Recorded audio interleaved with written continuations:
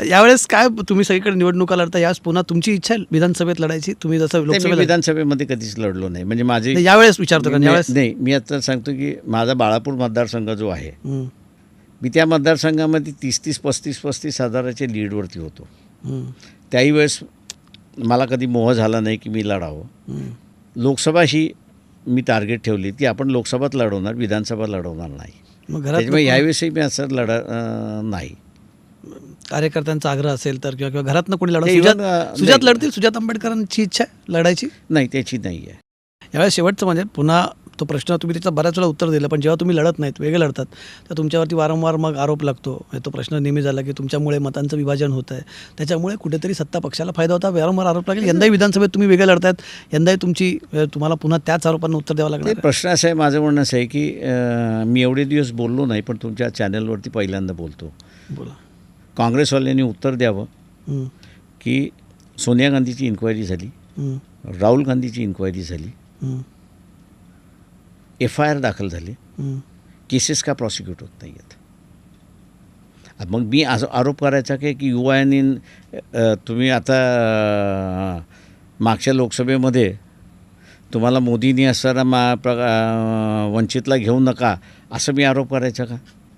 Destroy करायला म्हटलं ना, मी बसलो एकदा, मग कोणी किती असू द्या, त्याला मी पूर्ण डिस्ट्रॉय करू शकतो. तेवढी बाबासाहेबमुळे मला बुद्धी आहे. पण एक गोष्ट मला नरसिंहराव यांच्याकडून असं फार चांगल्या रीतीने त्यांनी आम्हाला समजावून सांगितलं की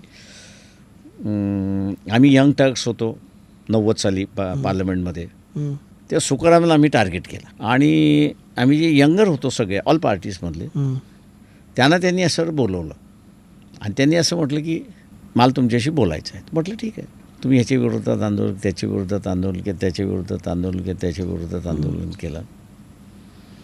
तुमची डिमांड आली की ह्यांना काढला. म्हटलं समजा ते म्हटले असे 30-40 जणं आपण काढून टाकले त्या सगळ्या ह्याच्यात, तुम्ही नेमकं काय करता एवढं मला सांगा. तर म्हटलं करप्शन आम्ही बाहेर करतो आहे. ते म्हटलं ह्यांना काढल्यानंतर करप्शन थांबणार आहे का? पण ज्यांनी करप्शन करायचं ठरवलेलं आहे असं जरी असला तरी तो बदमाश नेता आहे का? की राजकारणासाठी लागणारं तेवढंच कमवतो आहे आणि तेवढंच करतो आहे, खातो आहे, पितो आहे आणि हे करतो आहे आणि कार्यकर्त्याला देतो आहे असं आहे का? त्याच्याकडे होर्डिंग चाललं आहे का? तर म्हटलं होर्डिंग तर नाही दिसलं, पण हे आहे. ते म्हटले ठीक आहे, हा एक झाला. दुसरं ते म्हटले तुम्ही साध्य केलं काय? ते म्हटलं आमच्या काही लक्षात येत नाही, करप्शन आमचा मुद्दा होता. ते म्हटले दुसरं तुम्ही काय केलं ते मी सांगतो. तुम्ही या देशातली पॉलिटिकल लीडरशिप संपवताय. लीडरशिप जनरेट होत असेल तर तुम्ही एकेकाला बाहेर घालवणं हे सोपं आहे, पण जनरेशनमध्ये लीडरशिपच निर्माण होणार नसेल तर you are creating a vacuum. पण मग हे करप्शनचं जस्टिफिकेशन नाही का त्याला? ते म्हटलं ते असं म्हटलं की करप्शनचं जस्टिफिकेशन नाही. तुम्हाला at a spur of moment त्या परिस्थितीमध्ये तुम्हाला डिफाईन करायला लागतं what is your priority. Is corruption your priority or is developing political leadership is your priority? तुमची काय? तुम्ही त्यात मी जसं म्हणालो मागाशी की मला जर संपवायचं असेल तर मला एवढ्या गोष्टी माहिती आहेत की मी त्या संपवू शकतो. पण ते जर बाहेर काढलं तर मी लीडरशिपच संपवतो आहे. I am again creating a vacuum. असं तर अवघड होऊन जाईल, पण ठीक आहे, म्हणजे कारण हा मुद्द्यावर आपण खूप वेळ चर्चा करू शकतो. खरं तर ते ह्या मुद्द्यावरती आपण खर्च हे करू शकतो. आणि तिथे माझ्या अंदाजानं आज उदाहरणार्थ आजच्या तुमच्या उत्तर द्यायचं झालं, फायर क्वेश्चन करतो आणि you answer me within second. ठीक आहे. नॅशनल लेवलवरती तुमचा पॉलिटिकल लीडर कोण? माझा पत्रकारून आम्हाला भूमिका नसते ना. You don't have a leader now. बरं. आणि दिस इज युअर एस्केपिझम. याचं कारण सांगतो की हा प्रश्न मी तसं तुम्हाला विचारला आहे, मी अनेक जणांना विचारला आहे की एक नेता असा दाखवा की ज्याच्यावरती तुमचा विश्वास आहे. 1 मिनिटात सांगा.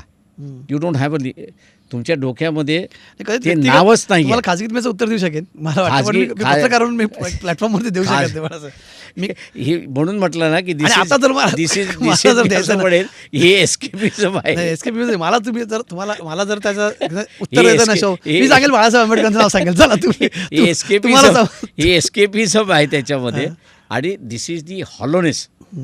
जे पंतप्रधान नरेंद्र मोदी ठीक आहेत पंतप्रधान, 50% of the people don't believe him. माझं म्हणणं असं आहे की या देशामधला जो लास्ट स्टेट्समॅन होऊन गेला